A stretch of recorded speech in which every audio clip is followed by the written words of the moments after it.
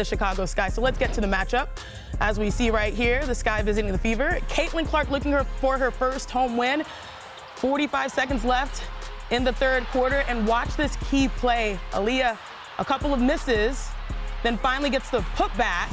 But keep an eye on Chennedy Carter and Caitlin Clark as they run back. They appear to share some words right there. Now the following Sky possession, Carter gets the ball, makes the jumper, and then after the shot, the foul that was heard around the world. Carter letting Clark know she did not like the trash talk, and even, unfortunately, Angel Reese even jumps off the bench after the foul to celebrate, as you see right there, things getting chippy.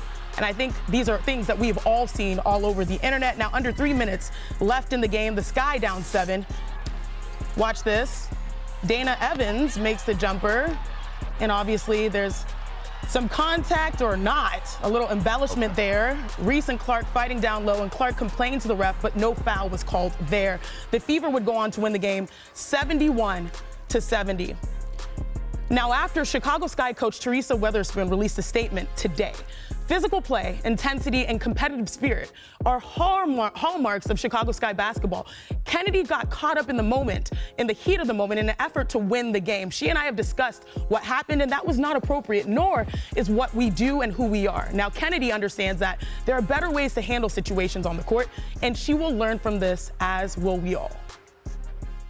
We now have Rebecca Lobo joining us, and you were on the call for this one. And the moment I saw the play happen, Rebecca, I knew the internet would literally catch fire because it would feed a dangerous narrative for the women's game, and here we are. So what's your initial reaction?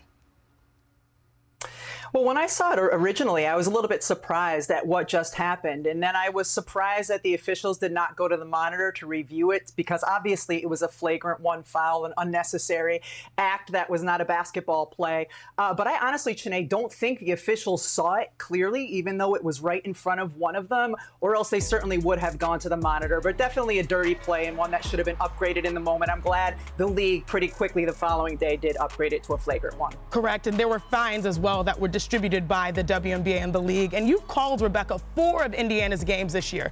And you have been around this team countlessly in practices and shoot-arounds and clearly the games. What's your perspective on this narrative that players of the WNBA are hating on Caitlin Clark?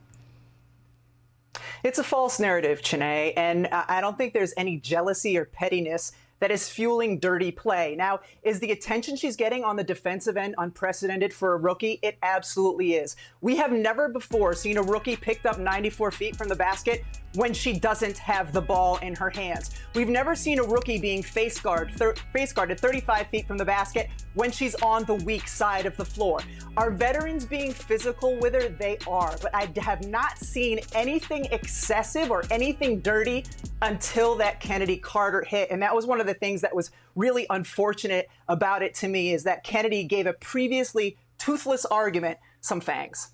That's a good way to say it. You know, a toothless argument now has fangs, because when you take that clip and you put it in the silo of social media and the explosion of interest that surround Caitlin Clark, that becomes the unfortunate narrative. And you and I know this as people who have not only played in the league, but also tell the story of it.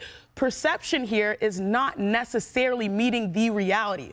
What is the reality for Caitlin Clark and the Fever moving forward? Well, I think we have to look back at the reality that was the first 20 days of the season. Their schedule was unprecedentedly hard. They had 11 games in 20 days. Chiney, we've only seen that one other time since 2007. They played the toughest strength of schedule in terms of their opponents. But when you look at this Fever team, they finally get some rest. They don't play again until Friday. When you look at their next 4 opponents, they could probably go 2-2 in that span. They can beat Washington. You would think that they could beat Chicago again. But when you look at the big picture coming into this season, I thought this was an Indiana Fever team that could finally make the playoffs. They haven't been there since 2016. Now, when you look around the league, it would be hard to find 4 teams that will have a worse record than the Indiana Fever. However, is Caitlin Clark going to continue to shoot under 30% from 3? That would really surprise me. Is she going to continue to have the number of turnovers that she's had early? I think that will go down a little bit, but not completely because of the chances she takes on the offensive end of the floor. This is still a very young team, as you know as well as anybody. It's a veterans league. This team is certainly a number of years away and different pieces away from contending for a championship, and probably a season away, as it's currently constructed, from making it to the playoffs.